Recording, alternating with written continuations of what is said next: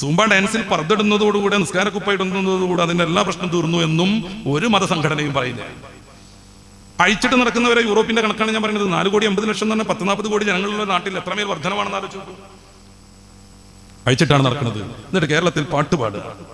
ഔദ്യോഗികമായ ചില രാഷ്ട്രീയ പ്രസ്ഥാനങ്ങളുടെ വിദ്യാർത്ഥി ഘടകങ്ങൾ പുറത്തിറക്കുന്ന ക്യാമ്പസ് മാഗസിനുകളിൽ എന്തിനാ പെണ്ണെ നിന്റെ ശരീരത്തെ ഈ ചാക്ക്, കരുത്ത ചാക്ക് മൂടി നടക്കുന്നത് എന്ന് ചോദിക്കുക. വൃത്തികെട്ട പാട്ടുകൾ ഈ സാഹസിൽ ഉദ്ധരിക്കാൻ പറ്റൂല. ഈ സാഹസിൽ ഉദ്ധരിക്കാൻ പറ്റൂല. പുരുഷലിംഗത്തെ കുറിച്ച് പറയാം, അത് നിങ്ങൾക്ക് കിട്ടാനല്ലോ എന്ന് പറയാം. വൃത്തികെട്ട വരികൾ.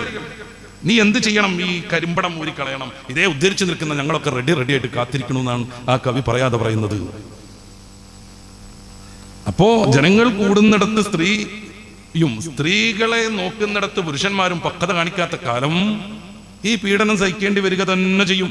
വാർത്ത വായിക്കേണ്ടി വരിക തന്നെ ചെയ്യും. SYSന്റെ നേതാവല്ലല്ലോ പണ്ട് പറഞ്ഞത്. പ്രായോഗിക ബുദ്ധിയോടുകൂടെ കാര്യങ്ങളെ പരിഗണിച്ചിരുന്ന മുൻ മുഖ്യമന്ത്രി നായനാരാണ് പറഞ്ഞത് സ്ത്രീയുള്ളിടത്ത് സ്ത്രീ പീഡനം നടക്കുന്നത്. ഇതിനെ നമ്മൾ എങ്ങനെയാണ് വ്യാഖ്യാനിക്കേണ്ടത്? മതതീവ്രവാദമോ അതോ 6ാം നൂറ്റാണ്ടോ? പ്രായോഗികമായി ചിന്തിച്ചിരുന്ന രാഷ്ട്രീയ നേതാവാണത്. അദ്ദേഹം പറഞ്ഞു സ്ത്രീ ഉള്ളിടത്ത് സ്ത്രീ പീഡനം നടക്കുന്നു എന്ന് വെച്ചാൽ സ്ത്രീയായിട്ട് നടക്കാത്തിടത്ത് സ്ത്രീ പീഡനം നടക്കും. അന്ന് കുറെ സ്ത്രീ പീഡനങ്ങൾ ഒന്നിച്ച് റിപ്പോർട്ട് ചെയ്യപ്പെട്ടപ്പോൾ പത്രസമ്മേളനം നടത്തി നായനാർ പറഞ്ഞതാണ് സ്ത്രീ ഉള്ളിടത്ത് സ്ത്രീ പീഡനം നടക്കുന്നത്. ഇവിടെ എന്താണ് പറഞ്ഞിട്ടുണ്ടാക്കുന്നത്? തിരുത്താൻ പോലും പാടില്ലെന്ന്, അഭിപ്രായം പറയാൻ പാടില്ലെന്ന്. അപ്പോഴേക്ക് 6ാം നൂറ്റാണ്ടിലേക്ക് ബസ് കയറേണ്ടി വരും.